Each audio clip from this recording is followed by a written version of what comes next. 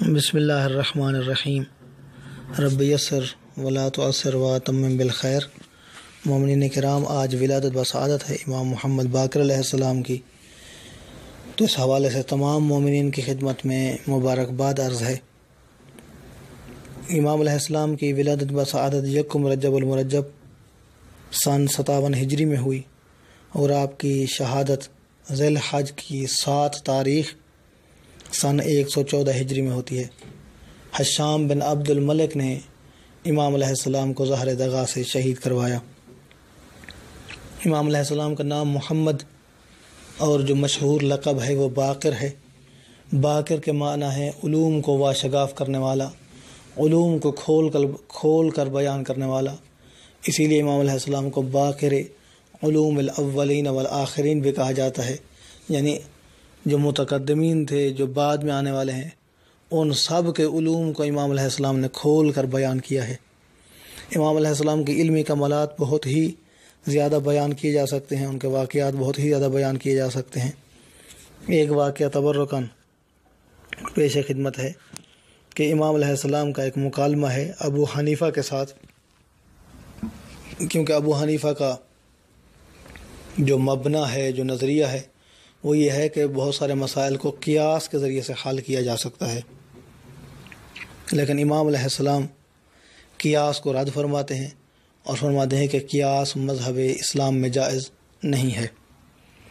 تو امام علیہ السلام نے پوچھا کہ اگر قیاس سے شریعت کے مسائل حل کر سکتے ہو تو ان سوالات کے پھر مجھے قیاس کے ذریعے سے جواب دو۔ ان میں سے جو پہلا سوال پوچھتے ہیں، فرماتے ہیں کہ یہ بتاؤ، کیا پیشاب زیادہ نجس ہے یا منی زیادہ نجس ہے؟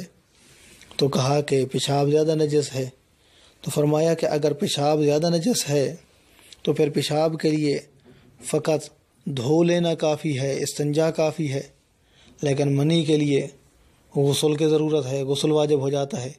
جو کم نجس ہے اس کے لیے غسل ہے، جو زیادہ نجس ہے اس کے لیے غسل نہیں ہے۔ دوسرا سوال کہا کہ یہ بتاؤ، قتل بڑا جرم ہے یا زنا بڑا جرم ہے؟ کہا کہ مولا قتل بڑا جرم ہے۔ تو امام علیہ السلام نے پوچھا کہ اگر قتل بڑا جرم ہے تو اس کے لیے فقط 2 گواہ کافی ہیں، جو زنا چھوٹا جرم ہے اس کے لیے 4 گواہوں کی ضرورت ہے، حالانکہ ہونا تو اس کے برعکس چاہیے تھا، قتل کے لیے 4 گواہ ہوتے، زنا کے لیے 2 گواہ ہوتے۔ کہا نہیں معلوم۔ پھر پوچھا کہ یہ بتاؤ، نماز کی عظمت زیادہ ہے یا روزہ کی عظمت زیادہ ہے؟ نماز افضل ہے یا روزہ افضل ہے؟ کہا نماز روزہ سے افضل ہے۔ اس حوالے سے کوئی شک نہیں ہے کہ نماز افضل ہے۔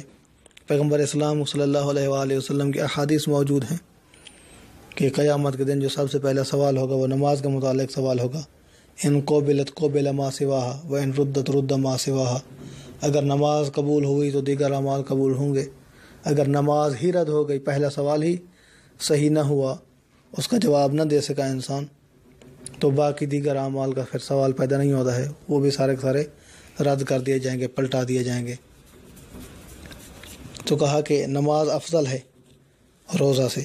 تو پھر امام علیہ السلام نے پوچھا کہ اگر نماز افضل ہے تو جو خاتون ایام مخصوص میں نماز کو ترک کرتی ہے، چھوڑ دیتی ہے، اس کی قضا نہیں ہے اس پر، لیکن اگر روزہ چھوٹ جاتا ہے ایام حیض میں، اس کی قضا واجب ہو جاتی ہے، حالانکہ جو افضل ہے اس کی قضا ہونی چاہیے تھی، جو مفضول ہے اس کی قضا نہیں ہونا چاہیے تھی۔ یہاں معاملہ برعکس ہے۔ تو جب اس نے اعتراف کیا کہ نہیں معلوم مجھے ان سوالات کے جوابات، میں قیاس کے ذریعے سے حل نہیں کر سکتا ہوں، اعتراف کیا، تو پھر امام علیہ السلام نے ان سارے سوالات کے جوابات بھی ارشاد فرمایا کہ پیشاب ٹھیک ہے زیادہ نجس ہے منی سے، لیکن کیونکہ پیشاب ایک جگہ سے خارج ہوتا ہے اور منی پورے جسم کا نچوڑ ہوتی ہے، اس لیے منی کے لیے پورے جسم کا غسل کرنا ضروری ہے، جبکہ پیشاب کے لیے فقط مقام پیشاب کو دھو لینا اور اس کا استنجا کر لینا کافی ہے۔ اور پھر فرمایا کہ قتل صحیح ہے کہ زنا سے بڑا جرم ہے، لیکن قتل کے اندر مجرم ایک ہی ہوتا ہے، ایک ہی بندہ ہوتا ہے کہ جس نے قتل کیا ہے، دوسرا بندہ مجرم نہیں ہوتا ہے، مقتول وہ مجرم نہیں ہوتا ہے، اس لیے فرمایا کہ قتل کے لیے کیونکہ مجرم ایک ہے تو اس کے لیے 2 گواہ کافی ہیں، لیکن زنا کے اندر 2 مجرم ہوتے ہیں، 2 افراد جرم کا ارتکاب کر رہے ہوتے ہیں، تو اس لیے فرمایا کہ کیونکہ 2 مجرم ہیں تو اس لیے ہر ایک کے لیے 2 گواہ ہیں، تو اس لیے زنا کے لیے 4 گواہ اللہ نے مقرر کیے ہیں۔